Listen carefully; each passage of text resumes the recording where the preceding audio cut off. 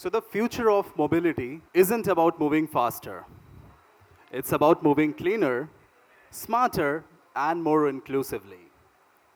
You know, the India's EV market is projected to reach at $113 billion by 2029, with the annual sales crossing 10 million units.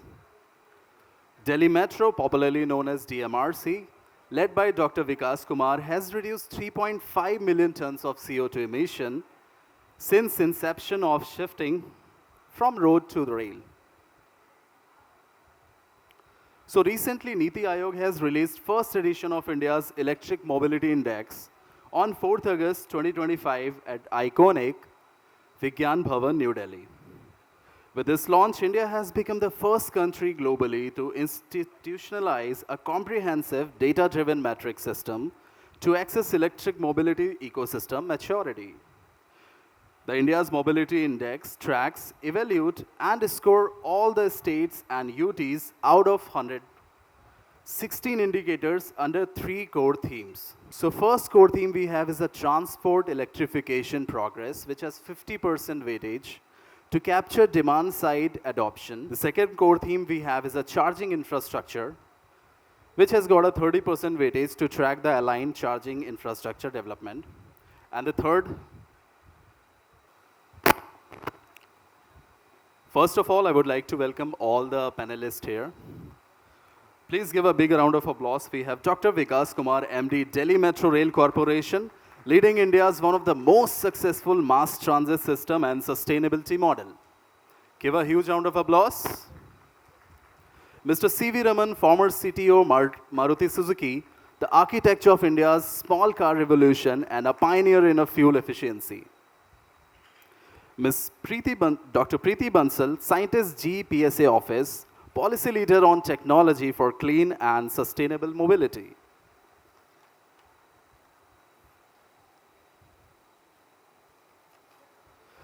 Mr. Ravi Jain, investment director, TDS Venture, investor in EV batteries, green energy, and mobility startup. Mr. 𝗦𝗘𝗗𝗜𝗓𝗦, President and Director, DS Group, driving industry diversification, including sustainability.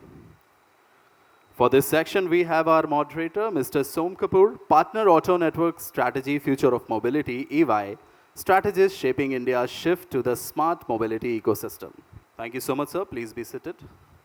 Up next is a conversation that touches every life in this room, and that is mobility for tomorrow.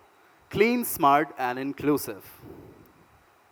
From metros to EVs, from industry innovation to policy framework, India is not just catching up, it's leapfrogging into the new mobility era.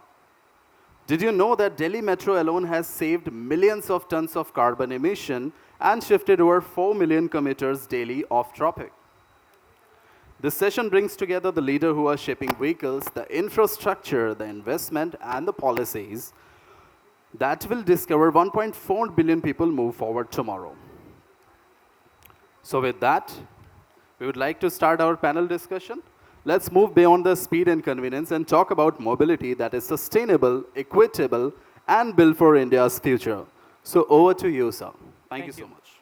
Thank you so much for, I'll just say thank you on behalf of all of us. It just saves time for everybody. But this session is actually meant for people sitting. So if you have a query, a question, a point of view, please feel free to just raise your hand and we'll get you into the conversation. Raman-san, let me start this off, kick this off with you to make this a little interesting. But, you know, it's a good point, clean, smart, inclusive, mobility for the future, etc. What does it truly mean to you? And what does it truly mean to this country from your perspective? Yeah, so, hello, am I audible?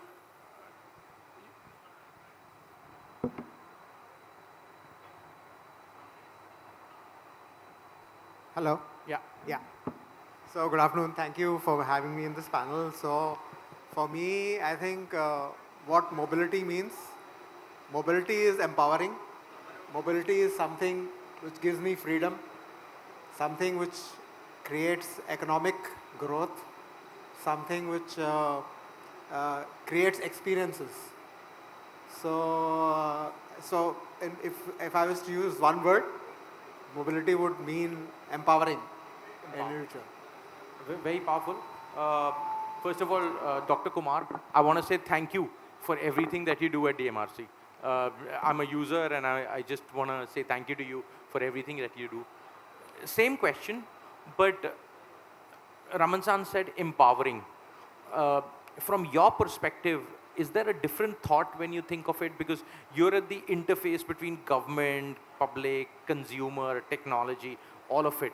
What do you think of mobility today and what do you think of mobility tomorrow?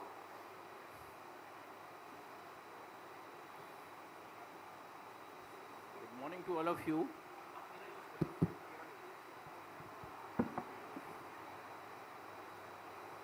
Good morning to all of you. First of all, I would like to say that mobility is not just about moving people, but it is about connecting various societies, in fact, enriching the life of individual and thereby, in fact, addressing the problems of society and letting it develop. Mobility is very much required in an urban scenario because there is a shift, a mass shift towards urbanization, and by 2030, almost 50% of the population would be urbanized. Now, with this population coming up, the mobility infrastructure also needs to be, in fact, needs to come up at pace with this. And for this, we need to have innovative mobility solutions, not for just mass transit, but for last mile connectivity also. And this is the role where electric vehicles would have a major, in fact, say in years to come. So I once again say that mobility is not just about moving people, but it is about connecting people and society. Mobility, Thank you. Mobility for all. Raman-san, let me get you back. There was the one word said over there. I can't let it go. Last mile to be electric for all. Do you think that's the only way forward? Or do you think there is a... I actually have a point of view over there also. But let me hear yours first. So I think, technology is enables means to an end. And so I believe that for India, it's very important to find its own solutions which are going to meet the energy security of the country, also meet the environment goals of India, that is 2070 carbon neutrality. So, and also there is always affordability. I think the previous session you saw was very powerful, where devices was being designed at a very, very low cost. And I believe that India, technology adoption is very, very fast, provided it is affordable. So affordability is very, very key. So these are, I believe, the three drivers which makes the customer accept certain technology solutions. The electrification or any such hybridization or any such energy sources, as long as they encompass all these three, I think it will meet that goal. So there is life, EV and beyond, other alternative fuels. Let me get the money in the room talk. Mr. Jain, since you're the money bags on the table right now, just want to know which way are you thinking of when you think about putting your marketing dollars in play or your investment dollars in play? Are you looking at specific forms of mobility for the future where you believe investments will pay out big returns? Yeah, we are looking at multiple aspects of the value chain. So if I look at the end product, we are looking at segments where the EV penetration is very low and there is no, and it is mostly constrained by engineering, not science. For example, if you, within the two-wheeler mobility itself, if you look at it, there is decent penetration in the scooter segment, but not in the motorcycle segment, which is almost 2 times the scooter segment, right? There is hardly any player who has made a dent. And it's an engineering problem, not a science problem. So that is one area where we believe that there is still a huge room to play for new startups to make a difference, and that's why we made a recent investment in ultraviolet. That is one aspect. The other is across the supply chain, right? So we believe that majority of the components that go into the EV platforms are, let's say, the battery, the control systems, etc., where we still have at the core of it some import dependency, right? So we recently heard about the rare earth magnets impacting the propulsion systems for EVs and productions getting compromised. So those are areas which are the next level of investment, where we need to increase the vertical integration, everything being made and developed in India, right? So motor systems, battery systems. In the battery, we are of course making battery packs, but the cell is all imported. Those are areas of investment focus for us. So you believe a cell is going to be coming out of India pretty soon? Yeah, it is almost a national strategic project. We should pursue it really, and we'd like to play our role in it. Let me ask Dr. Bansal. She goes ahead and builds science-driven frameworks. Ma'am, from your perspective, how do you look at mobility? How do you look at, like he said, it's an engineering problem rather than anything else. Do you think we're getting there for the future? Okay, so a very good afternoon to all of you. This is very interesting time we are in as far as mobility is concerned. We actually have to think about electric mobility as not just replacing the ICE vehicles by, say, more efficient powertrains, but it's about the paradigm shift, the way we want to see our country progressing. So at the overarching level, if we want to align with our energy efficient vision along with 2070 net zero or our 2047 agenda, everything is converging towards energy self-sufficiency, import reduction, so supply chain and value chain self-sufficiency, and creating a market which not only caters to our local demand, but also to be the supplier to the world. And if we go with this vision, I would like to say something like he has touched upon the rare earth, say for example, it's a big topic, so I would like to be concise. So say for example, rare earth. Many startups are already coming up, first for rare earth free batteries, rare earth free motors, and also for the recycling. In addition to what government is doing for acquiring rare earth mines, geopolitical things, reaching out to other countries, those are the parallel things. So certainly we are going in a very positive direction as far as self-sufficiency is concerned. Now coming back to the mobility, just in few lines I would like to say, if we really want to go to mobility, then right from the two-wheeler to the electrification of the freight, this is important to create infrastructure, integrate the existing infrastructure with the last mile, so maybe the metro connect, taxis, charging as a service, mobility as a service. So there is a huge list. We have to tick all the boxes, miles to go, but we are on the right path. So for the miles to go, Divy, you're sitting right here. You've crossed a mile over there. Your company IX, I just know IX through a certain other business venture, but you've crossed a couple of miles to go. Can you share what you've tried to do in the ecosystem? Yeah, thank you so much, sir.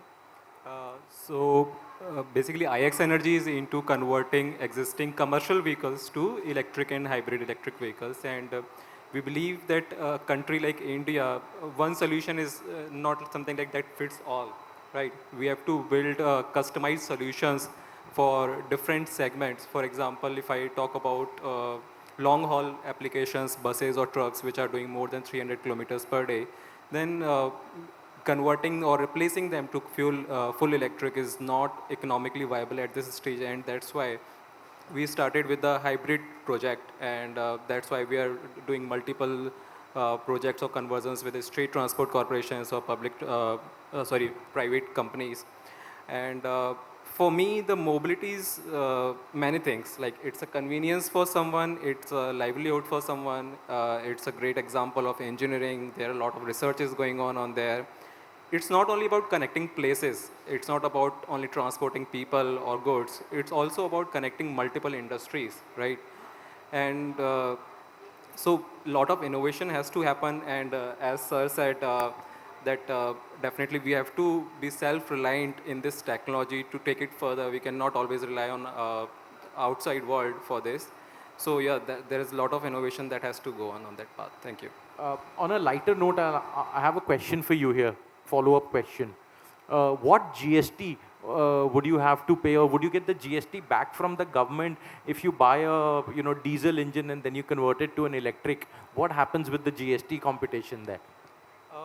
For EVs, the GST is kind of reverse in these days because the components that we procure, they are already taxed at higher rates, say 18%, 28%, and we found that the average GST that we pay for the procurement of all the components is about, say, 15.5%, while on selling of these EVs, we are only getting 5% GST. So there is some policy level intervention that is required to cover that. I was just hoping, I don't know how they're going to do that policy intervention, but just moving on, Dr. Kumar, if you look at, if you actually look at the consumer or customer, the audience over here, the next generation, do you think they will perceive mobility the way the older people on the dais perceived mobility? Do you think it will be the same perception that they will have of mobility? I know Raman-san, but... It is a difficult question, but I would like to say that definitely mobility would be perceived as it is. Only thing is that with innovations coming forth, it can change the very shape of the infrastructure which provides this. And also, there can be a stage where mobility is not required at all. Because we have seen COVID has taught us a lesson that now a lot of video conferencing can be done instead of people reaching the door to door. This is what I would like to say. Raman-san, questions directed to you. Do you think the students here who will become consumers tomorrow will have the same usage and perception of mobility as everybody else on this dais? Yes and no. Okay. So India is changing, and Indian consumer is changing. Indian consumer is very, very aspirational. Today, whatever is available in any part of the world is available to that customer. And so that aspiration is something which is driving, the youth. We have this young demographic, dividend which is there. Definitely is, going to be one important enabler factor. But the larger point would be that India as a country also has a big aspiration. And we want to be Viksit Bharat by 2047. We want to be a $30 trillion economy, which is going to be almost 10 times of today. So if you look at that, then we are looking at mobility today and mobility 20 years hence. And mobility 20 years hence is at least going to grow 5 times from today. And so maybe the auto sector itself is going to be in the next 20 years same as current GDP of India. Yeah. So that's the kind of scale which we are talking about. Also, I believe that today mobility is touching only maybe some 400 million people in India. So how we look at it is that how can we provide this empowerment of mobility to the next billion people of India? Because if you are able to do that, that is what is going to make us Viksit Bharat, and we will be a developed economy. And having our GDP per capita, per capita GDP almost 3 to 4 times and equal to a developed nation. So if that is so, I don't think there is only one business as usual position, and multiple choices will emerge. And as was mentioned recently, by Dr. Kumar also, that COVID taught us a lot of ways of our change in which we were able to do our meetings and things like that. Pre-COVID, the ownership to usership model was a large factor. COVID changed that back to usership, back to ownership. But next 20 years, if you are looking at sustainability targets, if you are wanting to move people, what customer, and these customers sitting in this room, the young people, what are they going to look for? They are looking for comfort, convenience, okay, connected mobility. They are looking at affordable mobility, which can move them from place to place, and should have the freedom of choice of individual movement, family movement, or anything like that. So I think there will be various types of new mobility solutions which are likely to emerge if you look at from that perspective. And the people are going to drive and look for those solutions, and those innovations are bound to happen. Mr. Jain, coming back to the investment part of it, are you thinking and are people coming up to you with solutions like that in terms of saying that what are those new solutions that were being talked about by Raman San? So, yes, the short answer is yes. And we are seeing this globally also, more specifically in India. If I look at the consumer side, the kind of innovation that people are coming are especially designed for the aspirational youth of India, which is great connectivity features in the vehicles, better safety features in the vehicles. These are demands that are being recognized, and people are ready to pay for it, premium for it. And the startups are innovating to those directions, not only for India, but creating these solutions and selling it as solutions overseas to other OEMs as well, right? So this is one aspect of it. The other is these new form factors that you would have, following the news on things like eVTOL and so on, where there is an ambition to do something for the first time in the world, especially for healthcare, ambulances, etc., where time is of the constraint, right? Organ transplant, you can do all of that with eVTOL. So there is a variety of innovation that we are seeing in our pipeline, which would not be the case just 5 years back, I would say, right? So pretty much yes. And also on the, when we talk about inclusion in mobility, you would see the three-wheeler drivers, right? You will see them demanding better performance, more acceleration, because they have been boxed in a very similar looking form factor with no variation. Whether you buy from OEM 1, 2, 3, it's the exact same thing. So there is demand, pent-up demand for doing more innovation on those logistics form factor, which have never changed for several years, right? So all ends of the spectrum. Okay. Actually, since I'm the consultant on the dais here, we love giving acronyms. So to my mind, mobility in India specifically will change more in the next 5 to 7 years than it has changed in the last 50. And there are 4 mega trends that we've identified that we bring on the table. It's known as CASE, C-A-S-E. C stands for connected, A stands for autonomous, S stands for subscribed, and E stands for electrified to a certain extent. I mean, different people have different connotations and different acronyms. But if I was to just talk to you on connectivity, Raman san, back to you because you're the closest to this in terms of telematics, etc.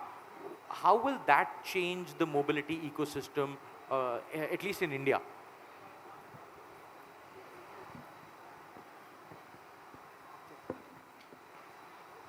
I think, you're right, the mega trends which we are talking about infrastructure, we are talking about digitalization, and we are also looking at,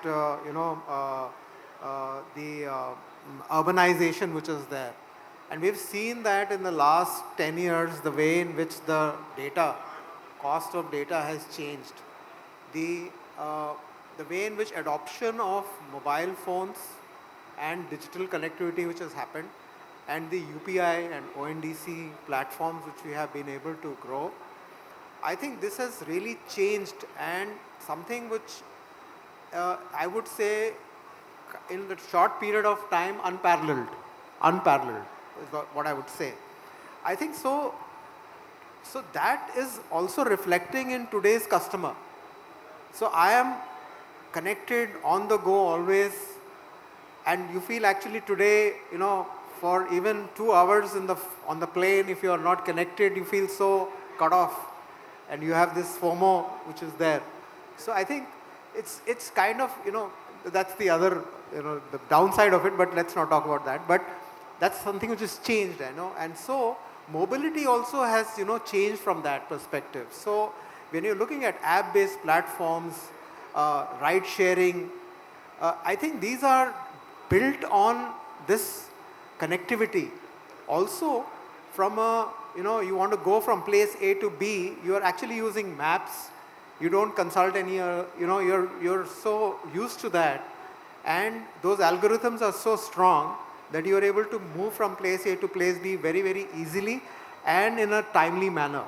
So in short, digitalization and connectivity has played, and from my home in which I am connected and I have that comfort and convenience, I want the same thing in my mobility solution like a car and even a two-wheeler today. You have the mobile, you're connected, the helmet is, connected, you have the speaker and, also the earphone. So I think this is something which has changed a lot, and this is going to further drive and change further is what I believe. And those are going to, way in which new business solutions are likely to come. And we can talk about that. What could be those new business solutions? We are changing from ownership, asset light, to more asset light models like usership, subscription models, and self-drive. You can put it on the platform. You can use the vehicle. Utilization of the vehicle as asset becomes much, much higher. Thanks. Dr. Bansal, with so much change coming up, from a policy and an intervention perspective, what would your guidance be, one to the government side and two to everybody sitting here, in terms of how should we be looking at from a future policy directive if so much change is coming up our end?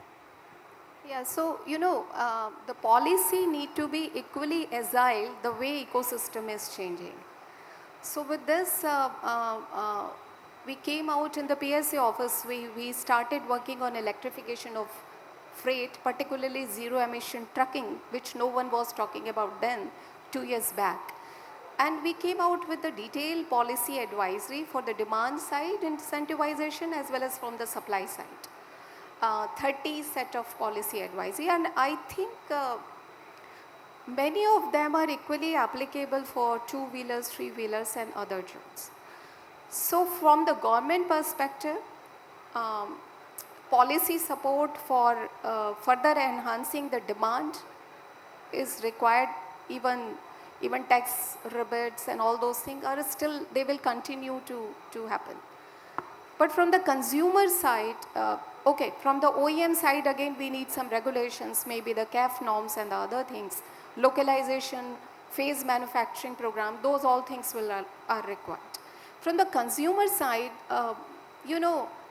as Raman Saab has just now spoken about, the connectivity, and the mobility as a service are the two pieces which will drive the consumer choices. And the affordability or the total cost of ownership will be something which will decide the efficiency, innovation, R&D and all. So all this complete piece should come as a virtuous cycle to enable the ecosystem. No, absolutely brilliant. I think that total cost of ownership thing is very, very relevant. But Dr. Vikas Kumar, you know, you're at the heart of total cost of ownership. If you can build a metro system which is beyond what we have today, do you think people would want to buy a car separately, or they would be happy to just use metro for public mobility? This is what I would like to lay stress on, that we should have a public infrastructure where a person can just walk to that public transportation and again to his last mile also. It should be that convenient and that seamless, because having vehicles for this purpose, for daily commute, is not good for the environment also, and for, if you see, congestion problems also are there on the road, and there is a limit to which the road infrastructure can be enhanced. You always better to connect with the public transportation, and it should act as the backbone, I would say. So the backbone for transportation in the future should be public. Yes, and I would like to say that this would become when the public transportation should be able to offer different choices. It should be able to offer a bouquet of choices to the consumer, and according to that, the consumer should be able to select his or her particular choice. Okay. So, I mean, actually there's the query for the audience as well. If there is anybody who has a point of view, a differentiating point of view, has a question, please feel free. Just stand up and I'll repeat the question to everybody.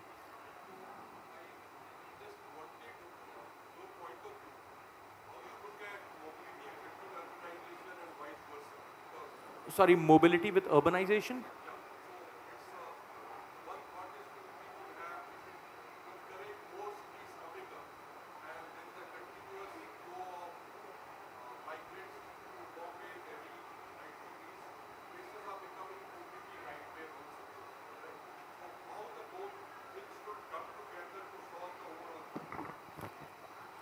Is the question specific to anyone, or anybody can take it? Anybody would want to take that question on urbanization? Yes, ma'am. And can we just hear the question again? It'll be easier for the ma'am. So basically, I wanted to connect mobility solutions, the way space is evolving, and how the challenges of urbanization need to be solved. We have done fantastic job in terms of metro rail services in Delhi. But whatever you do, if urbanization is not picking up, these efforts may not give the result what we had expected earlier. I had never thought this kind of mobility network I still need to drive, but I need to, right? So how do you look at integration of urbanization with the urban mobility developments? Dr. Kumar, would you like to take it? I think what you are saying is, see, the urbanization, it is all about opportunity and growth and development of the nation. So that urbanization is bound to take place. Only thing is the urban sprawl which is there, that can be minimized by having better land usage policies, transit-oriented development in place. And also, you can have faster connectivity from satellite towns. This is what is required. If anything else, I think what I understood from your... I exactly...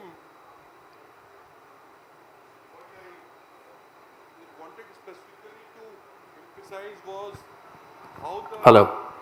how the number of cities are going to come up. New cities are going to come up rather than focusing on top metros, Bangalore and all. Yes. So now, new cities, new urban hubs or centers would develop. And right now we have in fact, with us, Delhi and these the urbanization was there from long time back and these transportation solutions were retrofitted. So now you can develop these centers in a better planned manner, which will be able to serve much better. So that will definitely happen. The government is working on various policies in this aspect regarding the land usage and also the transportation. Raman san? I think it's a bigger question, and mobility is just one piece to give the answer. We need to create clusters and hubs of activity which caters to the local population. And mobility certainly is a one piece, and there are other pieces of infrastructure, the connectivity you spoke about, the energy provisioning, and now with the renewable infrastructure and also then storage devices, so on and so forth. The way tier 2 cities are coming up, maybe Indore, Pune, other places where government is now trying to create those kind of hubs, which otherwise NCR has been an example of such kind of hubs.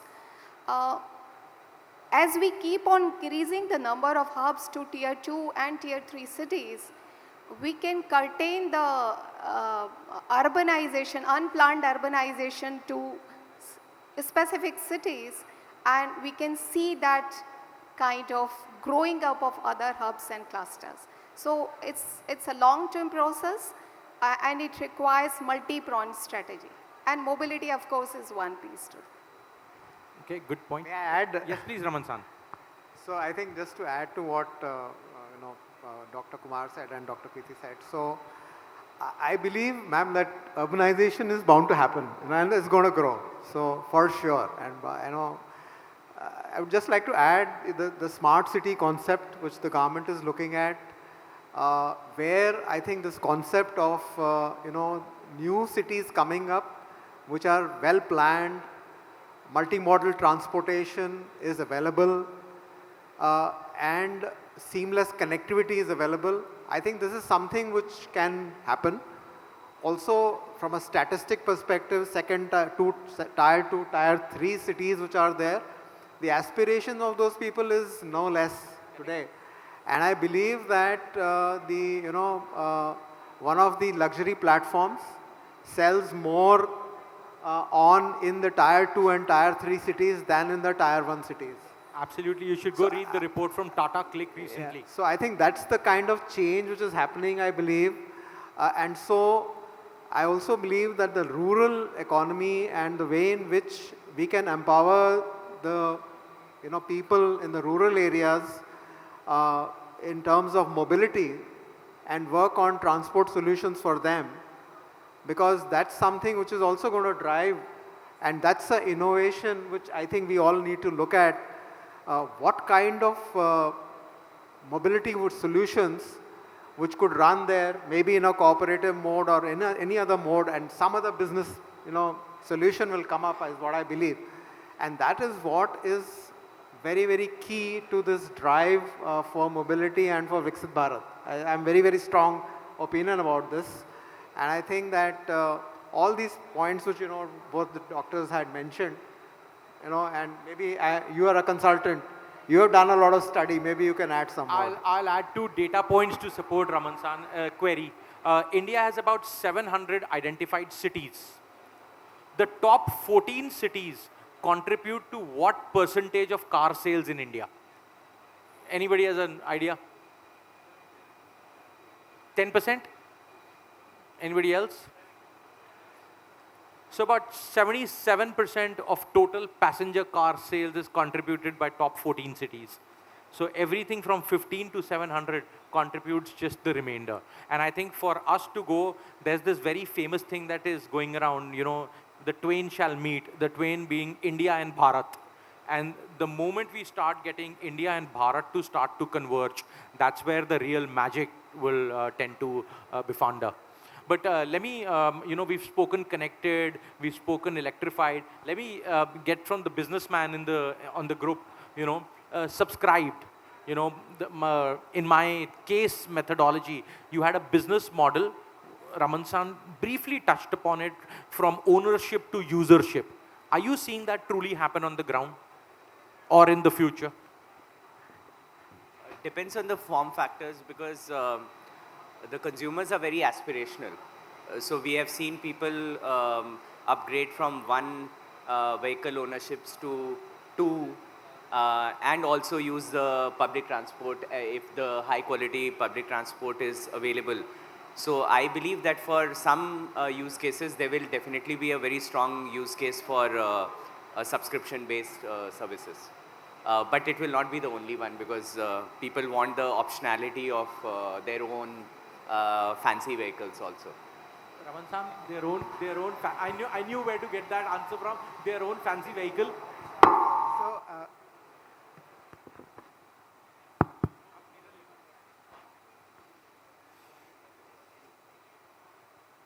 Hello. hello, I'm audible, yeah. So I think we've seen that, if you look at the way in which, developed nations buying vehicles and ownership, it is more of a leasing model and also subscription model. In India, primarily it is ownership. And there is a very, very strong, history which is there where, second sale, third sale happens. And this is very, very unique market. But having said that, we have seen that subscription models are something which are likely to grow in future. Right now, they are at a very, very nascent stage. And when we touch from, go from ownership to usership, a vehicle is standing for more than 20 hours or 18 hours in a day. It is being used for maybe 4 to 6 hours. Is that very, very efficient? And really, one would argue that, yeah, it is not efficient, very efficient from an asset perspective, utilization perspective. So, definitely, the platform of self-drive where I subscribe the vehicle and I am able to then put my vehicle during the weekdays on a self-drive platform. Anybody wants to take that for, for usage, like a Zoom car or something like that, that can happen. Zoom car model is a little different, but this is something which is possible. I think the challenge is that the customer psyche and the mindset of ownership has today not changed. But I believe that the younger generation today, it is changing from ownership to usership in a big way. And somewhere these new mobility solution platforms and usages are likely to develop I believe that. I am going to, 𝗦𝗘𝗗𝗗𝗜𝗦 to my own opinion now of subscribe.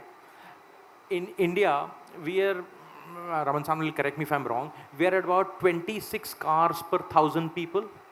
We're slightly below Pakistan. Pakistan is better than us. I mean, for a country which is aspiring, a big population which is aspiring to do well, वो कहते हैं ना रोटी कपड़ा और मकान, उसके साथ अब गाड़ी भी है.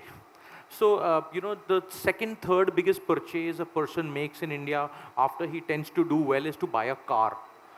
With the population base size, GST cuts coming through, don't you feel that, we still have a long, that Jong Daily song, miles to go before we actually look at business models rather than the Maslow basic theory, get to the basics first.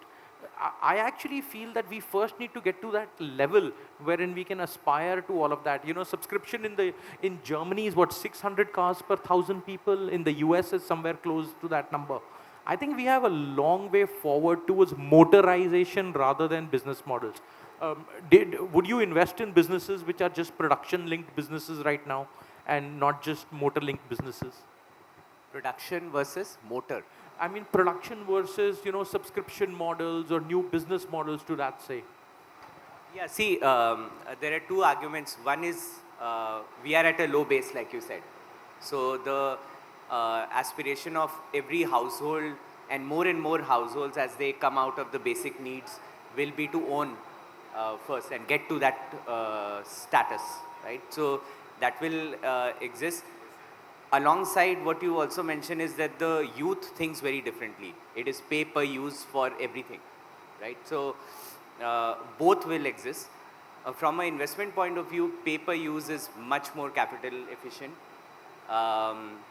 Gives you better, amplification of your investment in a shorter period of time. Whereas, OEM business is slightly longer term, and you'll get lower IRRs. But both are pretty attractive right now, given we are so low base, right? Let me give the audience another number here. Maybe that helps my case. There is going to be more capital investment in automotive in the next 5 years in India than it has been in the last 50. And this does not only include people like Maruti. There are going to be twice the amount of investment from traditional automotive is actually going to come from either venture capitalists or other firms. I mean, think about a firm like JSW. They had nothing to do with automotive, right? They've invested in one company already. They're investing in another. They're going to be putting $1 billion behind their automotive admission in a matter of 18 months. Think about, VinFast, a Vietnamese player making in India. Think about most luxury brands making a product in India. And I just feel that, manufacturing per se in this whole automotive sector has a long way ahead right now rather than just business models. Business models look fancy, talk fancy, but I think just pure play brass tacks needs to be adjusted. Please. So I think, so the point would be that where people are putting the money and where is the growth happening. I think maybe the investment, and if you look at many of the startups, and no offense here, but where it is being used, more from a service perspective than product perspective. Innovation has to happen on the product perspective in a large way, which will grow the manufacturing in turn. And so I think that is an important piece, which I think somewhere we need to plug it going forward, because I think we have, from a manufacturing standpoint, in various aggregates, even though we have a large localization, ma'am, but still a lot of the new technology development which is happening, a lot of that we are, dependent on technology from outside. That scale which we need to build going forward is very, very important, and manufacturing will be key. Innovation has to happen there also, along with the service sector and some of these. So obviously, as Ravi ji pointed out, that IRRs on the manufacturing is always a challenge compared to the others. Raman san, you actually hit the nail on the head. And we're sitting at the right place for that.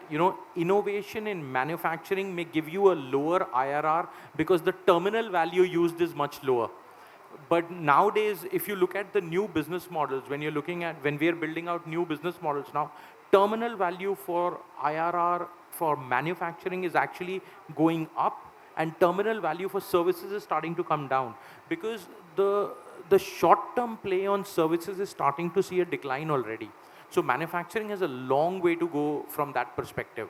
Okay, in my case model, the only one poor guy that is left is the autonomous. Do you have a view on how we believe autonomous could have a play in the future? You mean autonomous mobility? Yeah, autonomous mobility. Okay.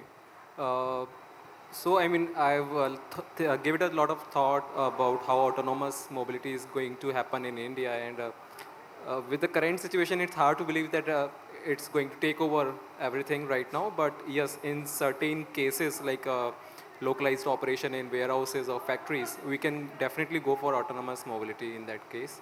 And there was one use case of some European country where I was looking at it, like they have 3 trailer trucks which are going on a fixed route. Now, with the help of autonomous mobility and the connectivity, they do not need drivers on every tractor trailer. The only leading tractor trailer will have the driver, and the rest of the trucks will follow.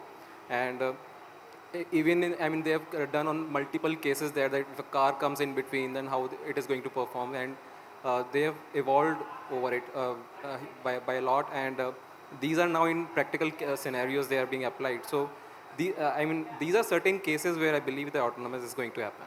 Okay. Are you investing in autonomous anywhere? On a mic?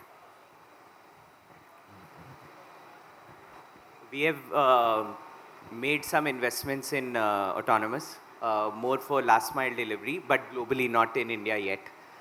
And I happen to lead the autonomous engineering team in my previous role at Ola Electric. So it's a massive challenge. I'm just, it feels bad that we are falling behind by years, right? Because every year there is a big change that is coming in the way the technology is being built. India is a very different, we need the infrastructure to do test simulation. When we ran object detection algorithms in autonomous, right? So you would see a cow, you would see an auto, which would, the traditional open source autonomy object detection algos would classify as a truck because they have not seen anything like an auto yet, right? So we have to start from building our own algorithms, our own simulation tools, test tracks. It's very difficult to get a test track to do a test, and then some control environment to actually deploy something out. Because unless you deploy, you will not actually learn, right? So there is a big leap that is required on all these fronts. Should I change my acronym?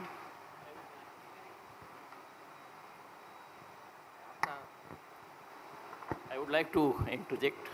See, regarding autonomous vehicles, in Delhi Metro, we have already introduced this. We are running, and I think future would be in rail for autonomous. As far as road vehicles are concerned, he says there are a lot of challenges. That is true. But I have seen a pilot done by somebody from IT Delhi itself in Bhopal, IT Roorkee itself in Bhopal, and where he has run in the Indian conditions without, in fact, crossings without a light. He has run it successfully, but here again there are a lot of challenges regarding law and regulations. So this would take a back seat, but definitely in, like he mentioned regarding warehouses and these places, similarly defense applications, they have roped in. Now he is having so much of work. We also wanted to rope him for some last mile solutions, autonomous solutions for us. But he is now having so much work from defense that he is finding it difficult to give time to this. So this future is there. My acronym still holds. Thank you. No, Raman San, I have a specific question for you, but last. Ma'am, any policy development on autonomous, do you look at it differently to normal? As far as I know, no specific policy as of now is coming for autonomous. Autonomous has, as Dr. Vikas Kumar has rightly mentioned, they have specific use cases. And to make it generic and come to the policy level, it requires some more time to test. Yeah. Okay. And even means somehow none of us has touched the standards and the testing piece, which he has just lightly spoken about. A lot more to do on these areas as well, even for the autonomous if it comes. Okay. So Raman San, your viewpoint, but I have a specific question from you. When do we see L3 happen in India? So before we come to L3, I think it's important that we should try to address what exactly this technology is going to do. I think in India, for whatever reasons, in the way in which we are and the employability which we are able to give, we don't have a dearth of people to drive vehicles and so on and so forth. So really, I don't see autonomous coming in a very big way in future in India, not in the immediate future. But what is important, I think, is what is the mobility on the road doing What it is doing is that more than 150,000 fatalities, which are the largest, second largest in the world, are happening on Indian roads, which is roughly translating to about 400 people dying every day, which something nobody tries to, try to see what is to be done. I think that at autonomous from a level 1, level 2 is very, very important. How we can save lives, how we can reduce accidents, how we can use technology, connectivity is very important. Maybe V2X is something which is going to be helpful, and in the way in which we are able to control our road signage, the traffic signals, and also develop algorithms, as Ravi ji said, which are very, very specific to India, so that those false positives which are coming on the autonomous or from sensing, that is reduced. Because today, if we are able to do that and crack it, because we have a large population of two-wheelers, and we also have a large population of other